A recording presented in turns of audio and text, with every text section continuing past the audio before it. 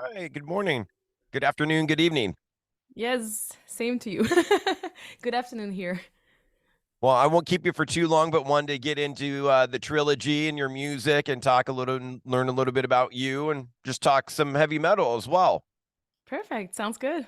So I gotta start off by saying I'm shocked. You've burned through three chapters and an album trilogy quicker than Star Wars or any other franchise I can think of. Yep.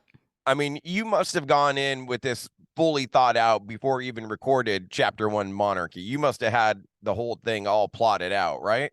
Not at all. Actually, Really? we were thinking about just releasing chapter one and then going on tour. But then a certain pandemic happened. So we thought, what else can we do? Well, we can write more music. Wow. So you had one done and out there before you even thought about two or three. Oh, yeah, definitely. Interesting, interesting. I figured you had it all mapped up and then just decided to chop it up one at a time. No, not at all. So it was really the pandemic that gave you time to finish out what you were thinking. Yeah, because we couldn't tour, we couldn't do anything else than releasing music, releasing live shows. We did like we filmed two live shows plus tons of videos and an acoustic album, and yeah, that was our way to stay connected with the people. So we did.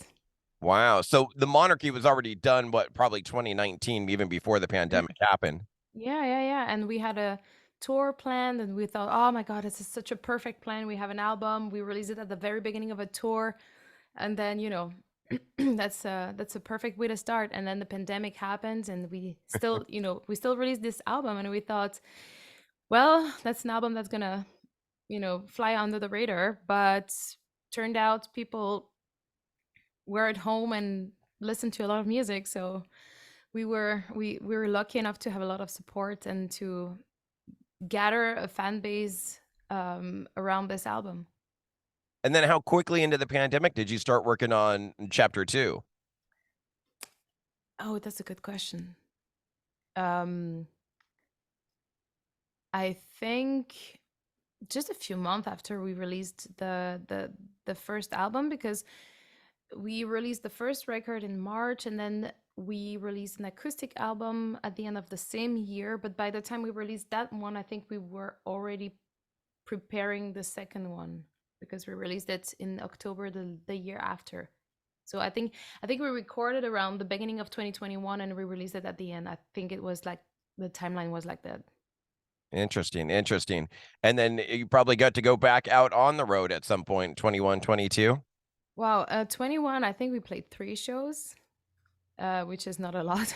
No. And 22, finally, we were able to go on tour for real at the end of 22.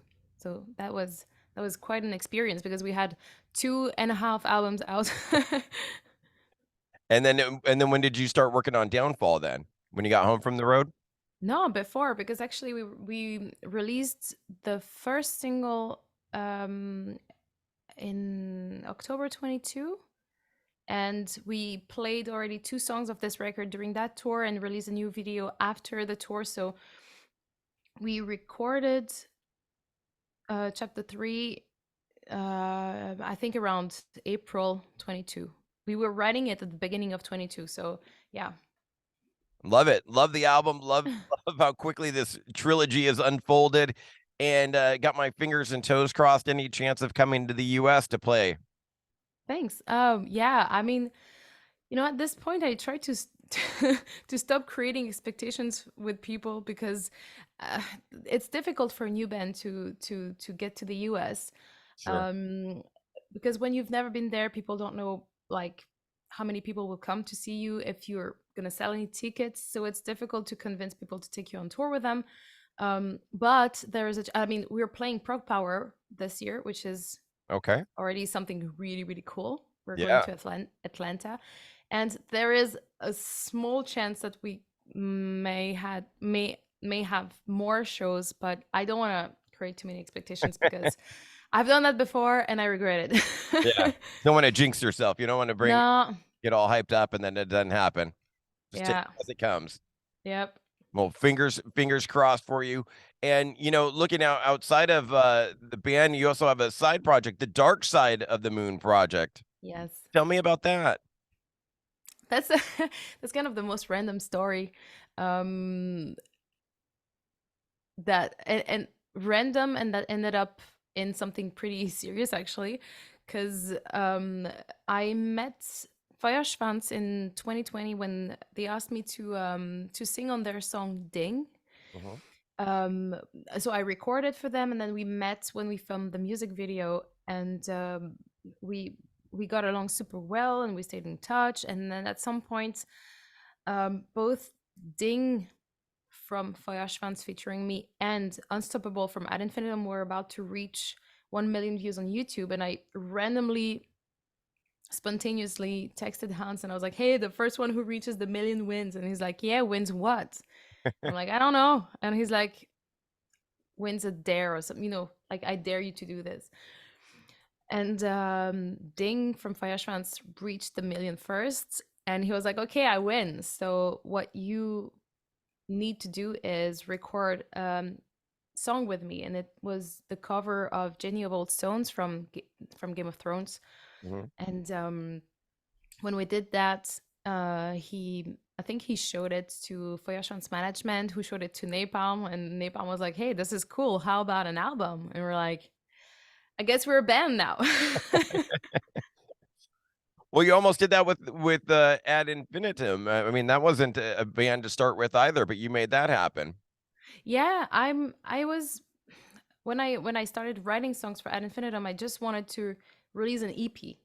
And then the EP became an album, and I was investing a lot of time and energy into this album, let alone private money, Sure. because production, recordings, and so on, music video.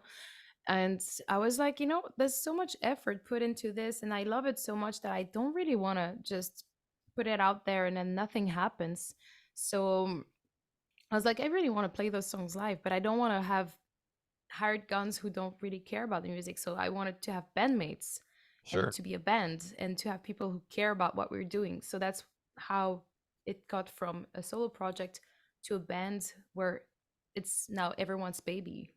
Yeah, that's beautiful. It's beautiful. I love the hustle and drive, and getting into vocals a little bit. I'm Hmm. kind of curious, with you being from Switzerland, and I don't know, I'm just a dumb American, but is like Crocus really big over there? Is that a big influence? Uh, I guess I guess they are, but they're not really an influence for me Okay. personally. So I Okay. wouldn't say, I wouldn't know how to describe their success. So I don't want to say anything because I don't want to insult anyone. But yes, Sure. they are big. They're big, but not your flavor. It's not that they are not my flavor. It's just that I didn't dig into their stuff enough to be influenced by them. Okay. So who are your influences? Who do you look up to? Who made you say, I think I can do this? Oh my, so many. Um, I when I got into metal, I was influenced a lot by bands like Camelot, Delane, Nightwish, Within Temptation. Now I listen to so much stuff, and not only metal. And I think it's so important because when you're listening to other genres, you also bring other flavors to what you're doing with your metal. Yeah, that's a good point. Yeah, because if you just get trapped in a box, that's all you see and know, then you don't have any other outside influence or creativity. Exactly. Yeah. Yeah, I have to do that myself. I have to force myself a couple days out of the week to not listen to metal, to put on some hip hop or something, just for that same perspective. Just in doing what I do, and just being a music fan, you just have to mix it up every now Yeah. and again. Yeah, totally.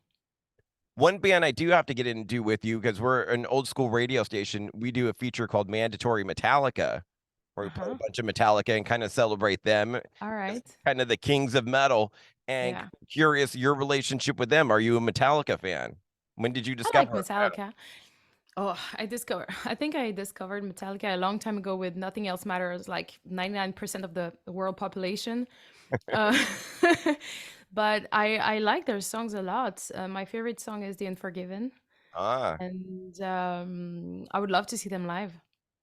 yeah, they're doing an incredible thing across the world right now, where they're doing 2 nights in each major town, two Mm. different lineups, and no repeat weekend, meaning you go Friday night they play one set list, different opening bands, Oh. and then they go Sunday night and it's a completely different opening bands and completely different set list, which Oh, is that's pretty really cool. amazing in stadium, Yeah. Yeah, that's, I mean, goal, right? life goal. That's why they're the kings. I mean, what other band can do that 40 plus years into their career? Right? Yeah. Very cool. We'll rock Nothing Else. You said Nothing Else Matters, right? Is your favorite? No, I said The Unforgiven. Oh, sorry, The Unforgiven. Getting my ballads confused. We'll do we'll rock The Unforgiven for you and in mandatory Metallica. And thank you so much for the time, Melissa, and I hope to see you out here in the good old US of A on tour one day. Yeah, I hope so too. Thank you for your time. Thank you for having me. Of course. Have a good one. Bye-bye. You too. Bye.